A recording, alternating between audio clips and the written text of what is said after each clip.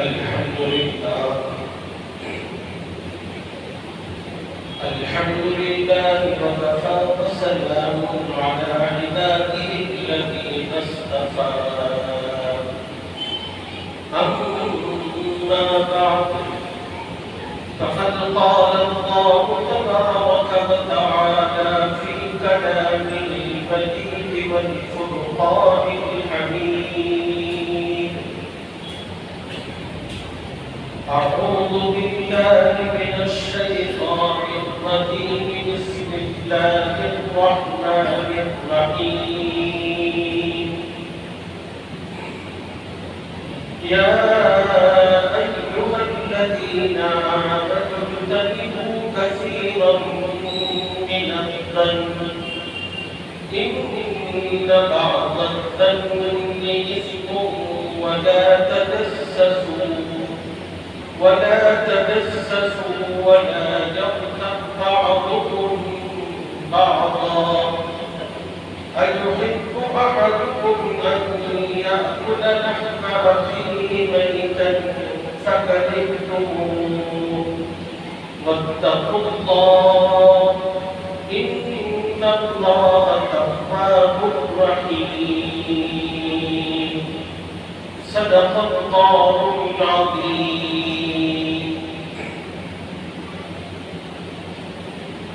قابل احترام بزرگوں، نوجوان ساتھیوں، دین کی بات عظمت و احترام سے سننے والی ماؤں اور بہنوں، السلام علیکم ورحمۃ اللہ وبرکاتہ۔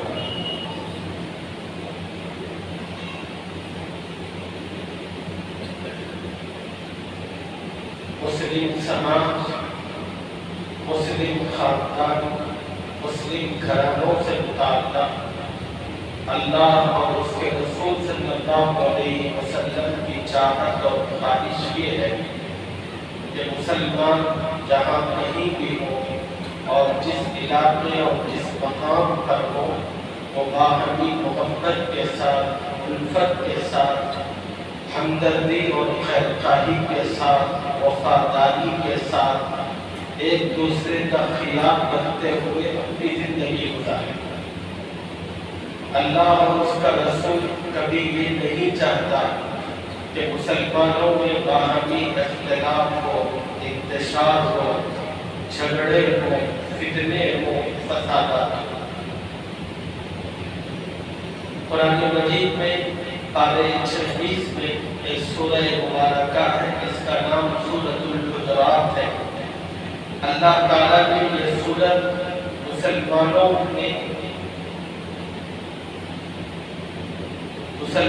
کے اندر آپسی اختلافات کو ختم کرنے ہی کے لیے نازل فرمائی ہے۔ اس سورت کے پہلے رکوع میں اللہ تعالیٰ نے مسلمانوں کو یہ ہدایت دی کہ کسی جگہ مسلمانوں میں آپس میں اختلاف اور انتشار ہو، دوسرے مسلمانوں کی ذمہ داری اور فرض ہے کہ وہ ان کے اختلاف اور جھگڑے کو ختم کریں۔ اور پھر اسی صورت کے دوسرے رکوع میں اللہ تعالیٰ نے ان اسباب کا بڑی تفصیل سے ذکر فرمایا جس کی وجہ سے مسلمانوں میں جھگڑے پنپتے ہیں، مسلمانوں میں اختلاف اور انتشار ہوتا ہے۔ گزشتہ 2 جمعہ میں اس سے متعلقہ تفصیل آپ احباب کی خدمت میں عرض کی جا چکی۔ پہلا سبب فتنوں اور جھگڑوں کو جنم دینے والا وہ ہے کسی مسلمان کا مذاق اڑانا۔ دوسرا سبب اللہ تعالیٰ نے فرمایا کہ کسی مومن کو طعنے مارنا، یہ بھی وہ چیز ہے کہ جس کی وجہ سے محبت ختم ہوتی ہے، نفرتیں عام ہونے لگتی ہیں۔ اور تیسرا سبب جس سے اللہ نے منع فرمایا، کسی مومن و مسلمان کو برے نام سے نہ پکار۔ جس طرح ہم کسی کا قد چھوٹا دیکھ کر بیٹا کہتے ہیں اور کسی کا قد بڑا دیکھ کر ابو کہتے ہیں اور کسی کو موٹا دیکھ کر اس کو موٹا کہتے ہیں اور کسی کا پیٹ باہر نکلا ہوا ہے تو اس کو پیٹلا کہتے ہیں، کسی کی آنکھ میں کوئی خرابی ہو تو اندھے کہتے ہیں، کسی کو کانا، اس قسم کے نام دینے سے اور اس طرح کسی کو بلانے سے اللہ نے منع فرمایا، اس کو حرام قرار دیا۔ اور اللہ نے فرمایا کہ یہ تمام کی تمام باتیں، یہ چیزیں ایسی ہیں کہ اس کی وجہ سے سماج میں نفرتیں جنم لینے لگتی ہیں، جھگڑے کھڑے ہوتے ہیں، محبتیں ختم ہوتی ہیں۔ ابھی میں نے آپ کے سامنے خطبے میں کلام پاک کی ایک اور آیت مبارکہ کی تلاوت کی ہے۔ اس آیت میں اللہ نے مزید 3 چیزوں سے ایمان والوں کو منع فرمایا ہے، اور ان چیزوں کو ایمان والوں کے حق حرام قرار دیا، اور کہا کہ اے ایمان والوں، یہ چیزیں بھی تمہاری محبت کو، اپنائیت کو ختم کرنے والی ہیں۔ ان میں سے پہلی چیز ہے، اللہ نے فرمایا کہ یا ایھا الذین آمنوا اجتنبوا کثیرا من الظن، اے ایمان والوں، تم اپنے ذہن میں، دل و دماغ میں مختلف قسم کے خیالات لا دیتے ہیں۔ یہ خیالات اچھے بھی ہوتے ہیں اور یہ خیالات غلط اور برے قسم کے بھی ہوتے ہیں۔ خیالات اگر اچھے ہوں تو اس سے منع نہیں ہے، اسلام اس کی اجازت دیتا ہے۔ اگر کسی سے متعلق آپ نے غلط قسم کے خیالات لا دیے ہوں تو اللہ نے اس سے منع فرمایا، اور اللہ نے کہا ان بعض الظن اثم، اس لیے کہ بعض خیال جو انسان اپنے دل و دماغ میں لاتا ہے تو گناہ ہوتا ہے۔ مثلا کسی مسلمان نے کوئی چھوٹی سی بات دیکھ لی کسی سے متعلق یا کہیں پر بھی، اور اس بات کے اوپر ہوائی قلعے تعمیر کر رہا، یہ ایسا ہوگا، وہ ایسا ہوگا، اپنے ذہن اور اپنے دماغ کے اندر منصوبے بنا رہا ہے۔ اللہ نے فرمایا کہ یہ حرام ہے اور ناجائز ہے۔ دل و دماغ کے اندر کسی سے بدگمانی کرنے کی اجازت اللہ نے نہیں دی۔ رسول اللہ صلی اللہ علیہ وسلم نے ایک حدیث پاک کے ذریعے اپنی امتیوں کو ہدایت دی کہ ظنوا بالمؤمنین خیرا، ایمان والوں کے سلسلے میں دوسرے ایمان والوں کو ہمیشہ نیک اور اچھا گمان کرنا چاہیے۔ کسی مومن کو اس بات کی اجازت نہیں ہے کسی اور مومن کے سلسلے میں کوئی غلط قسم کا خیال اپنے دماغ میں لائے۔ اگر کوئی کام کرتا ہوا بھی دیکھا کسی نے کسی مومن کو، تو اب کوشش کریں کہ اس کو کسی اچھی چیز پر آپ رکھ سکتے ہو تو رکھیں۔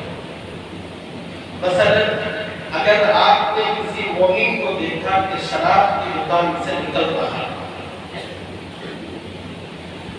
آپ کوشش کریں کہ اس کے بارے میں بدگمانی قائم کرنے کے بجائے یہ سوچیں کہ ہو سکتا ہے کہ اس کو چلت کی ضرورت پڑی ہوگی اور کہیں پر بھی اس کو چلت نہیں ملا ہوگا، وہ بیچارہ ضرورت کی وجہ سے اس دکان پر گیا ہے۔ کہیں پر بھی کوئی غلط بھی چیز دیکھیں، اس چیز کو بھی آپ بہتر جگہ پر رکھ سکتے ہیں تو رکھنے کی کوشش کریں، لیکن کسی مسلمان سے متعلق بدگمانی نہ کریں۔ ہاں، بدگمانی دلیل کی بنیاد پر کی جا سکتی ہے، واقعات اور اپنی آنکھوں سے دیکھی ہوئی چیزوں کی بنیاد پر کی جا سکتی ہے۔ کوئی چیز آپ نے اپنی آنکھوں سے دیکھی نہیں اور کسی چیز سے متعلق آپ کو کوئی کلیریفائی ہے نہیں، بس کسی نے کچھ کہہ دیا، آپ نے سن لیا اور اپنے دل و دماغ میں اس سے متعلق خیال بٹھا لیا، یہ حرام ہے، یہ ناجائز ہے۔ قرآن مجید کی اس آیت مبارکہ میں اللہ نے اس سے منع فرمایا۔ رسول اللہ صلی اللہ علیہ وسلم نے سیدنا عیسیٰ علیہ السلام کا ایک واقعہ بیان فرمایا۔ واقعہ یہ ہے کہ حضرت عیسیٰ علیہ السلام نے ایک آدمی کو اپنی آنکھوں سے دیکھا کہ وہ کسی اور آدمی کی کوئی چیز چوری کر رہا ہے، اور اس نے جب وہ چیز اٹھا دی اور عیسیٰ علیہ السلام کے پاس آیا تو عیسیٰ علیہ السلام نے اس سے کہا کیا تم نے چوری کی ہے؟ اس شخص نے اللہ کی قسم کھا کر کہا کہ خدا کی قسم میں نے کوئی چوری نہیں کی۔ جب اس نے اللہ کی قسم کھائی تو فوراً عیسیٰ علیہ السلام نے کہا میں اللہ کی پناہ چاہتا ہوں اور اپنی آنکھوں کو چھپاتا ہوں۔ حالانکہ عیسیٰ علیہ السلام نے اپنی آنکھوں سے دیکھا تھا کہ وہ چوری کر رہا ہے، لیکن جب اس آدمی نے قسم کھائی تو عیسیٰ علیہ السلام نے کہا کہ اس کے عمل کو میں ایک بہتر معاملے پر ختم کرتا ہوں۔ ہو سکتا ہے جس بندے کی وہ شخص چیز اٹھا رہا تھا وہ اس کو پیسے دینا ہو اور دے نہیں رہا تھا، تو لہذا وہ اپنے پیسے کے بدلے میں کوئی چیز اس سے لے رہا ہو۔ یہ جائز ہے، شریعت اس کی اجازت دیتی ہے۔ کوئی آدمی ہے آپ کے پیسے لے کر بیٹھ چکا ہے، دے نہیں رہا، آپ اس کی کوئی چیز لے رہے ہیں تو لے سکتے ہیں، اجازت ہے۔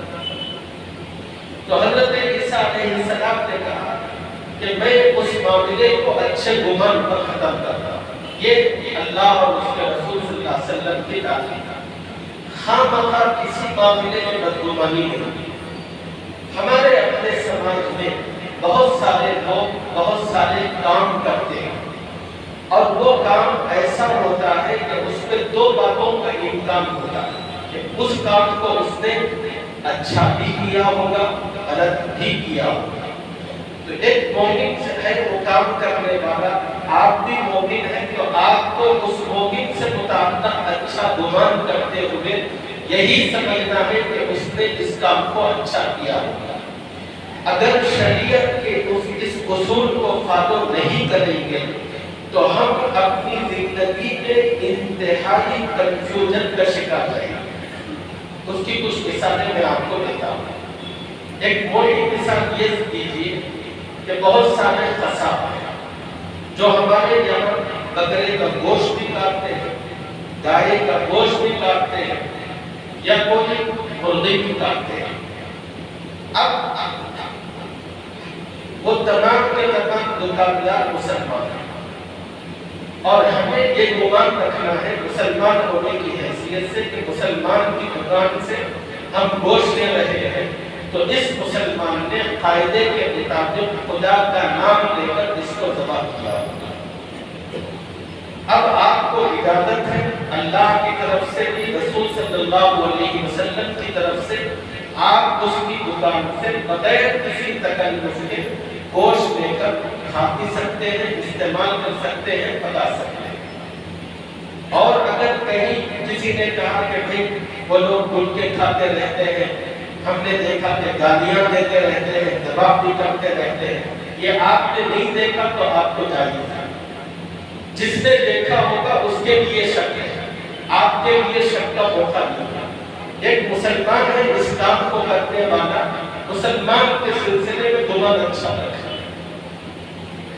یہ ہدایت کی تعلیم ہمارے نبی صلی اللہ علیہ وسلم نے ہمیں دی ہے۔ اشفاق نے کہا، قیصر نے کہا، فلاں نے کہا کہ وہ لوگ ایسا کرتے ہیں ہم نہیں کریں گے، نہیں ہے۔ آپ نے اپنی آنکھوں سے دیکھا، کوئی دلیل اور پروف ہے تبھی آپ اس پر بدگمانی قائم کر سکتے ہیں۔ دلیل نہیں ہے آپ کے پاس، آپ نے اپنی آنکھوں سے نہیں دیکھا، اس کی آپ نے سنی تو آپ کو اجازت نہیں ہے کہ اس کی بات سن کر کسی پر بدگمانی قائم کریں۔ ہاں جس شخص نے دیکھا ہوگا وہ اس دکان کو چھوڑے، اس کو اس بات کی اجازت نہیں ہے کہ وہ ڈھڈورا پیٹتے ہوئے دوسروں کو اشتہار کرتے ہوئے کام کرنے والا مسلمان ہے، دوسرے مسلمان کو اچھا گمان کرے۔ نبی صلی اللہ علیہ وسلم کی سیرت سے اس کے مثال میں آپ کو دو تاکہ آپ کے ذہن میں اس معاملے میں اچھی طرح کلیئرٹی آ جائے۔ اما جان حضرت عائشہ رضی اللہ تعالیٰ عنہ نے ایک مرتبہ حضور صلی اللہ علیہ وسلم کی خدمت میں عرض کیا، یا رسول اللہ، ہمارے مدینے کے قریب جو دیہات ہیں ان میں رہنے والے کچھ لوگ نو مسلم ہیں، ابھی وہ ایمان میں داخل ہوئے، وہ لوگ لا کر ہمیں گوشت دیتے ہیں، کیا ہمیں اس گوشت کو دینا چاہیے. پتہ نہیں کہ وہ نو مسلم لوگ ہیں، انہوں نے ذبح کیسا کیا ہوگا، ایمان کے مطابق کیا ہوگا، شریعت کے طریقے اور قاعدے ضابطوں کو ملحوظ رکھا ہوگا، نہیں ہمیں کچھ پتہ نہیں. تو کیا ہمیں ان کا گوشت لینا ہے، نہیں لینا ہے، کھانا ہے، نہیں کھانا ہے؟ یہ بات اماں جان نے رسول اللہ صلی اللہ علیہ وسلم سے پوچھا. تو رسول اللہ صلی اللہ علیہ وسلم نے اماں جان حضرت عائشہ رضی اللہ عنہا سے کہا کہ عائشہ اس سے گوشت دو، اس کو اللہ کا نام پڑھ کر استعمال کرو، اس لیے کہ وہ مسلمان ہے. مسلمان کے بارے میں یہی گمان اور خیال رکھو کہ اس نے قاعدے کے مطابق اور شریعت کے مطابق کیا ہوگا. خود سے ذہن میں سوچ کر اس نے کیا ہوگا کہ نہیں کیا ہوگا، فلاں کچھ کہتے ہیں، اس میں پڑھ کر بدگمانی کرنے کی اجازت نہیں ہے. شریعت یہ کہتی ہے کہ بدگمانی کے لیے دلیل چاہیے، اچھے گمان کے لیے کسی دلیل کی ضرورت نہیں. اچھے گمان کے لیے کسی دلیل کی ضرورت ہے، برے گمان کے لیے دلیل کی ضرورت ہے. آپ کسی کو برا سمجھنا چاہتے ہیں تو اس کے لیے دلیل چاہیے. اس بنیاد کو ہمیشہ اپنے ذہن میں رکھیں. اسی طرح گھروں کے اندر بہت سارے گھروں میں یہ واقعات پیش آتے ہیں کہ گھر میں مختلف لوگ کام کرتے ہیں. کسی کے گھر میں کوئی برتن دھونے والی ہوتی ہے، کوئی گھر صاف کرنے والی، کوئی کپڑے دھونے والی، اور گھروں میں کچھ چیزیں کچھ پیسے کبھی ادھر سے ادھر، ادھر سے ادھر ہوتے ہیں. اب کسی گھر کے اندر پیسے ادھر سے ادھر ہو گئے یا کوئی چیز ادھر سے ادھر ہو گئی تو سب سے پہلے گھر والے جن پر اپنا الزام کرتے ہیں اور جن پر بدگمانی کرتے ہیں، جن کے ساتھ چوروں جیسا معاملہ کرتے ہیں، وہ کام کرنے والے ہیں. اسلام نے اس بات کی اجازت نہیں دی گھر کے مالکین کو جب تک آپ اپنی آنکھوں سے اس عمل کو نہ دیکھیں اس کو چور نہ سمجھیں، اس کے سلسلے میں بدگمانی نہ کریں. ہاں گھر کے اندر سے ایک چیز غائب ہو گئی ہے تو جس طرح آپ گھر کے باقی تمام افراد سے پوچھ گچھ کریں اسی طرح اس سے بھی کیجیے، لیکن اس کے سلسلے میں ٹارگٹ مت بنائیے کہ چور یہی ہے. جیسے آپ پوچھتے ہیں جس طرح پوچھ سکتے ہیں پوچھئے، اور مشکل سوالات جس طرح بھی کر سکتے ہیں، لیکن اس کے بارے میں ٹارگٹ کر لینا نہیں اسی نے دیا ہے، یہ اجازت ہے، یہ حرام ہے. اور اس سے خدا نے بھی اور اس کے رسول صلی اللہ علیہ وسلم نے منع فرمایا ہے. اس سلسلے میں لوگ اس قسم کا رویہ اپناتے ہیں. ایک واقعہ میں آپ کو سناتا ہوں. روس میں ڈکٹیٹر گزرا ہے جس کا نام تھا اسٹالن. وہ ہمیشہ ایک گھڑی اپنے ہاتھ میں پہنا رہتا تھا. غسل کرنے کے لیے گیا تو پتہ نہیں اس کے گھر ہاتھ میں گھڑی نہیں کھو گئی. اس نے حمام کے اندر سے اپنے گارڈ اور چوکیدار کو فون کر کے کہا میری گھڑی گم ہو گئی ہے، محل میں جتنے لوگ موجود ہیں سب دروازے بند کیے جائیں اور تفتیش کی جائے. اب جو اس کے بڑے بڑے گارڈز تھے انہوں نے تمام چوکیداروں کو سب کو گھر کے باقی اور کام کرنے والے لوگوں کو اکٹھا کیا اور اکٹھا کر کے ان سے پوچھ گچھ شروع کی. تھوڑی دیر کے بعد اسٹالن کی نظر پڑی کہ جہاں وہ حمام میں نہا رہا تھا وہیں پر ایک دوسری طرف پہ اس کی گھڑی رکھی ہوئی تھی. اس نے پھر فوراً اپنے ہیڈ گارڈز کو فون کیا، فون کر کے کہا کہ تفتیش کا جو سلسلہ ہے وہ ختم کر دو اس لیے کہ گھڑی مجھے مل چکی ہے. جو ہیڈ گارڈ تھا اس کا جواب تھا اسٹالن کے لیے مالک آپ کی گھڑی تو مل چکی ہے مگر یہاں پر 10 چوکیداروں نے چوری کا الزام قبول کر دیا ہے. میں نے چوری کی، میں نے چوری کی. یعنی ان لوگوں پر اتنا جانوروں جیسا تشدد کیا گیا، اتنا مارا گیا، اتنا پیٹا گیا کہ 10 لوگوں نے قبول کیا کہ میں نے چوری کی، میں نے چوری کی. تو اس قسم کا تشدد کرنے کی، نوکروں سے اس قسم کی سلوک کرنے کی شریعت اجازت نہیں دیتی۔ شریعت یہ کہتی ہے کہ بھئی آپ کا گھر ہے، آپ اپنی چیزوں کی حفاظت کے خود ذمہ دار ہیں۔ چیزیں ادھر سے ادھر ہوئی ہیں تو آپ کی لاپرواہی کے سبب ہوئی ہے، اور آپ اپنی لاپرواہی پر پردہ ڈالنے کے لیے آپ فوراً اٹھا کر الزام نوکروں پر، کام کرنے والوں پر، فلاں پر ڈال رہے ہیں۔ آپ یہ الزام اپنی اولاد پر کیوں نہیں رکھتے؟ آپ پہلے مرحلے میں فیصلہ کرتے ہیں میں پاک صاف ہوں، میری بیوی پاک صاف ہے، میرے بچے سب پاک صاف ہیں، غلیظ چور کوئی ہے تو بس یہی، اس کی اجازت ہے۔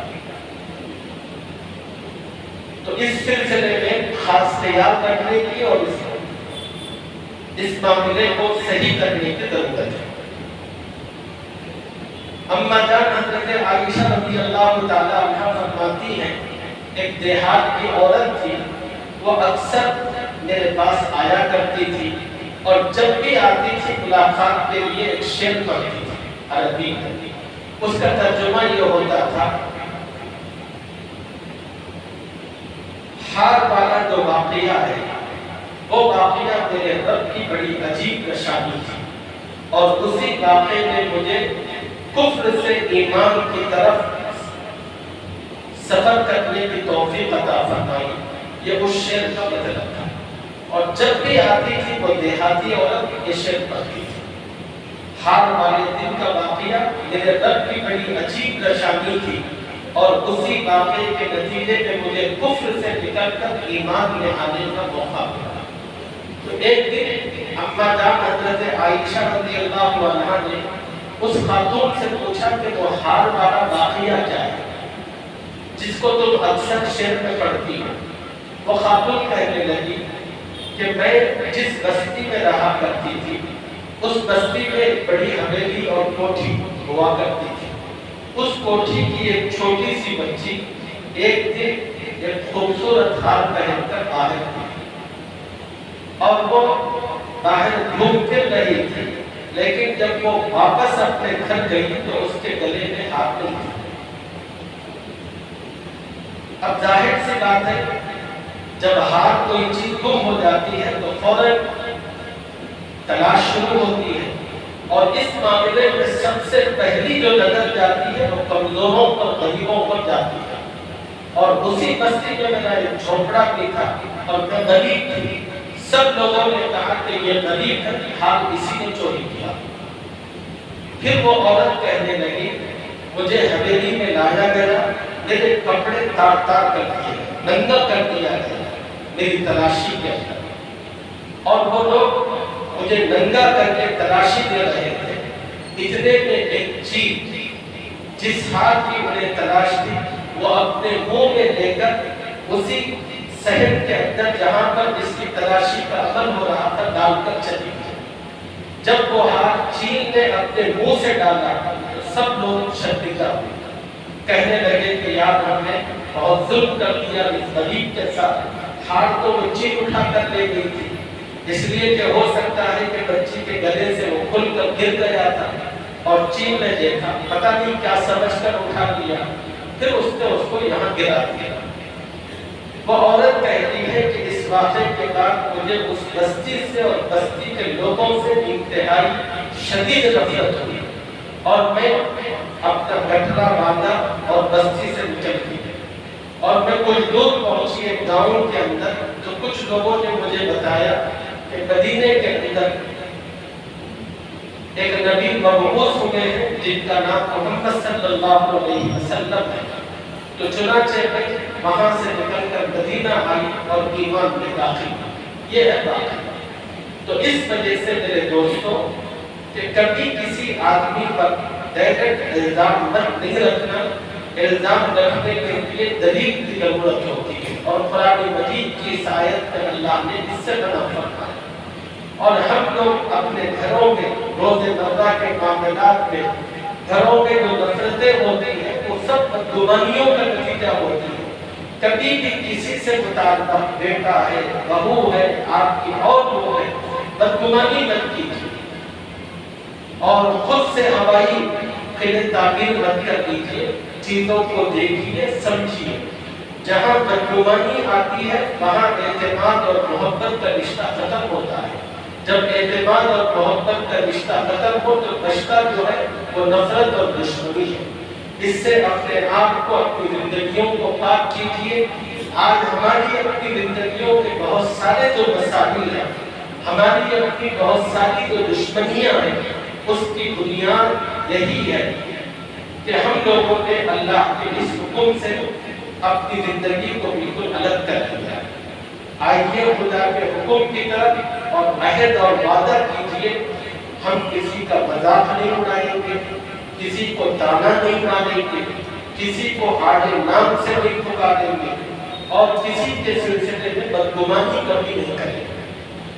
مزید دو باتیں اللہ نے اس آیت کو بیان فرمائی ہیں، انشاءاللہ اس کی تفصیل اگلی جمعہ میں آپ حضرات کی خدمت میں عرض کریں گے۔